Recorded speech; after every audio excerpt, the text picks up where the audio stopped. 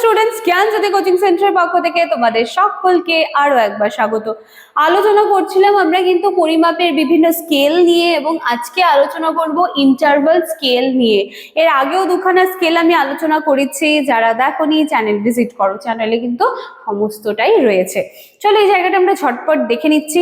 তোমরা যারা চাইছো আমাদের সাথে যোগাযোগ করতে, বোর্ডের কর্নারে দুটো কন্ট্যাক্ট নাম্বার দেখতে পাচ্ছ, যে কোনো একটি নাম্বারে কল করে আমাদের সাথে সরাসরি যোগাযোগ করে নিতে পারছো।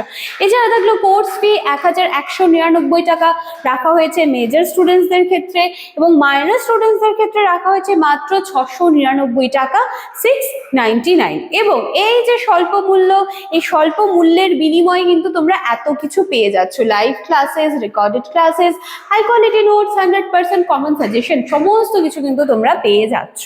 ঠিক আছে, এই হচ্ছে পুরো বিষয়টা। চলো তাহলে অতিরিক্ত কথায় না গিয়ে এবার আমি আলোচনার বিষয়টা শুরু করছি। আর আমাদের কিন্তু অ্যাডমিশন প্রসেস এখনো চলছে। তোমরা যারা চাইছো আমাদের সাথে যোগাযোগ করতে, তোমরা কিন্তু যোগাযোগ করে নিতে পারো। চলো তাহলে ইন্টারভাল স্কেল এটা কি? এটা পরিমাপের একখানা স্কেল, এবং এটা একটা কিন্তু খুবই ইম্পর্টেন্ট একটা জায়গা, যেখানে যে সংখ্যাগুলো যেখানে রয়েছে ইন্টারভাল স্কেলের ক্ষেত্রে, যে নাম্বারগুলো রয়েছে, সংখ্যাগুলো রয়েছে, সেটার কিন্তু বলা হচ্ছে মানে ইকুয়াল ইন্টারভাল থাকে, ইকুয়াল ব্যবধান থাকে, কিন্তু প্রকৃত শূন্য এখান থেকে থাকে না। অর্থাৎ এই স্কেলে আমরা দুটা মানের মধ্যে পার্থক্যটা নির্ণয় করতে পারি, কিন্তু তাদের অনুপাত কত সেটা নির্ধারণ করতে পারবো না। দুটা মানের মধ্যে ডিফারেন্স কত সেটা পাচ্ছি, ঠিক আছে, কিন্তু তাদের আমরা রেশিও করতে পারছি না, তাদের আমরা অনুপাত বার করতে পারছি না। আচ্ছা, উদাহরণস্বরূপ দেখো যে তাপমাত্রা একটি ইন্টারভাল স্কেলের অন্তর্গত, সেটা তুমি সেলসিয়াসেও হতে পারে, ফারেনহাইটেও হতে পারে।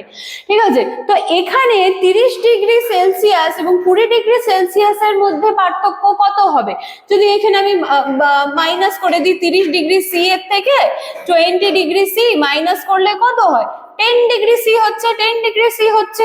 ঠিক আছে, যেটা সঠিকভাবে বোঝা যাচ্ছে।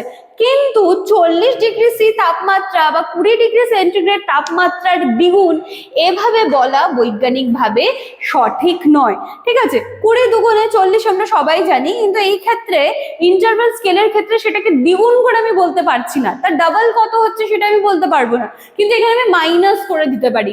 এখানে এখানে দ্বিগুণ বলেছে, এখানে দ্বিগুণ না করে যদি বলতো যে 40 ডিগ্রি সি থেকে 20 ডিগ্রি সি কতটা পার্থক্য রয়েছে, তাহলে কিন্তু আমি বের করতে পারতাম, কিন্তু এখানে আমি দ্বিগুণ করতে পারছি না, রেশিও করতে পারছি না। এই একটা ব্যাপার রয়েছে ইন্টারভাল স্কেলে। ঠিক আছে, কারণ কি? কারণ কিন্তু এখানে কোনো প্রকৃত শূন্য থাকছে না।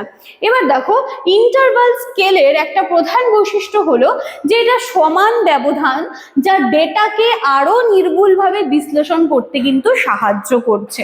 ঠিক আছে, এই স্কেলে যোগ বিয়োগ করা সম্ভব, কিন্তু গুণ বা ভাগ করার ক্ষেত্রে ফলাফলটা কিন্তু ঠিক মতন আসে না। তাহলে ইন্টারভাল স্কেলের একটা কি বলবো, যে তার খাসিয়ত হচ্ছে মাইনাস করতে পারছি, পার্থক্যটা বের করতে পারবো, কিন্তু এখানে গুণ ভাগটা করতে পারছি না, এটা মনে রাখবে। ঠিক আছে, এছাড়াও এটি একটি পরিমাণগত স্কেল, যা গবেষণা এবং পরিসংখ্যান বিশ্লেষণে ব্যাপকভাবে ব্যবহৃত হয়। ঠিক আছে, আইকিউ স্কোর বলো, ক্যালেন্ডারের বা ক্যালেন্ডার ইয়ার ইত্যাদি কিন্তু ইন্টারভাল স্কেলের উদাহরণ, যেখানে মানগুলোর মধ্যে পার্থক্য নির্ণয় করা যায়, কিন্তু শূন্য বিন্দু বাস্তব অর্থে কিন্তু এখানটায় শূন্য হয় না। ঠিক আছে, তো সুতরাং ইন্টারভাল স্কেল এমন একটি পরিমাপ পদ্ধতি যেখানে কিন্তু ওই এক কথাই ঘুরে ঘুরে আসছে, যেখানে নাম্বার বলো বা ডেটা তোমাকে যেটা দেওয়া হচ্ছে তার ডিফারেন্স করতে পারছো, তুমি মাইনাস করতে পারছো, কিন্তু এখানটা তুমি ডাবল করতে পারছো না, এখানে তুমি রেশিও করতে পারছো না। বাস এইটুকুটা মনে রাখবে। তারপরে দেখো টেম্পারেচার। ঠিক আছে, এবার একটু উদাহরণ দিয়ে আমরা দেখে নিচ্ছি কিছু জিনিস। দেখুন, দেখো যে সেলসিয়াস ফারেনহাইট দুটাতেই হতে পারে, যেমন দেখো 10 degree Celsius, 20 degree Celsius, 30 degree Celsius, এই মানগুলোর মধ্যে কিন্তু সমান ব্যবধান আছে। ঠিক আছে, এই দেখো 10 থেকে 20 কত, এখানে হচ্ছে 10 ঘর গেল, আবার এখান থেকে এখানে 10 ঘর গেল। ঠিক আছে, সমান একটা ব্যবধান আছে। ঠিক আছে, কিন্তু 0 ডিগ্রি সি মানে তাপমাত্রার সম্পূর্ণ অনুপস্থিতি কিন্তু এখানে বোঝাবে না। যদি 0 ডিগ্রি সি হয়, তাহলে কেউ যদি ভাবি যে তাহলে ওখানে একদমই টেম্পারেচার নেই, এটা কিন্তু এরকম কিন্তু হবে না এখানটায়। ঠিক আছে, তারপরে যদি আমি আইকিউ স্কোরের কথা বলি, দেখো 90, 100, 110, সেই কিন্তু পার্থক্যটা আমরা বুঝতে পারছি। কিন্তু 120 আইকিউ মানে ওখানে 60 আইকিউ এর দ্বিগুণ বুদ্ধিমান, এটা কিন্তু আমরা বলতে পারবো না, ঠিক আছে? মানে এই যে 60 রয়েছে, এই যে 60 × 2 যখন তুমি করছো তখন কত আসছে? 120 আসছে। তো তোমাকে যদি 60 আইকিউ বলে দেয়, তাহলে 60 আইকিউ কে কিন্তু তুমি এখানে, তোমাকে যদি আরো একখানা কোনো মান দেওয়া থাকে তার সাথে তুমি মাইনাস করতে পারছো, তার সাথে তুমি পার্থক্য বের করতে পারছো। তুমি কিন্তু 60 দেখে তার ডাবল এখানে কিন্তু কোনোভাবে করতে পারছো না, বা অন্য কোনো সংখ্যা থাকলে তার ডাবল কিন্তু এভাবে তুমি করতে পারছো না, ঠিক আছে? তার দ্বিগুণ বুদ্ধিমান এভাবে বলতে পারবে না তুমি এখানটায়। তারপর হচ্ছে ক্যালেন্ডার ইয়ার, পঞ্জিকা বছর। এই যে দেখো 2000, 2010, 2020 এই বছরগুলোর মধ্যে একটা ব্যবধান রয়েছে, কিন্তু 0 বছর এটা দিয়ে কিন্তু কোনো শুরু নয়, ঠিক আছে? 0 বছর দিয়ে কিন্তু কোনো কিছু শুরু হচ্ছে না। তারপরে স্ট্যান্ডার্ডাইজড টেস্ট স্কোর 50, 60, 70 স্কোরের পার্থক্য কিন্তু মিনিংফুল, কিন্তু রেশিওটা এক্ষেত্রে কিন্তু মিনিংফুল হচ্ছে না। মনে রাখবে, ডিফারেন্স বার করতে পারবে। আচ্ছা, টেম্পারেচার কেলভিন ছাড়া অন্য স্কেলে, ফারেনহাইট স্কেলে একইভাবে কিন্তু এই যে ইন্টারভাল স্কেল সেটা কিন্তু ফাংশন করছে, ঠিক আছে?